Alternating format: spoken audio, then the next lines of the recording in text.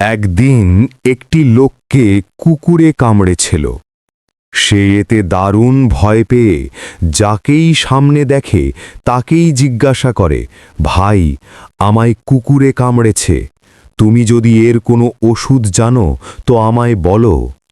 লোকটির এই কথা শুনে একজন লোক বলল, জানি আমি ওষুধ, আমি যা বলবো তা করতে পারবে? লোকটা বলল, নিশ্চয়ই পারবো, তুমি বলো।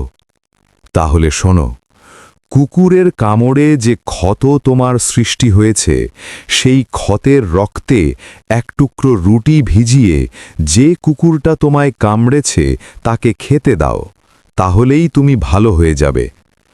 যাকে কুকুরে কামড়েছে সেই লোকটি তখন হেসে বলল, ভাই, তোমার এই পরামর্শ মতো চলতে গেলে রক্তমাখা রুটির লোভে শহরে যত কুকুর আছে তারা সবাই আমাকে তখন কামড়াতে আরম্ভ করবে।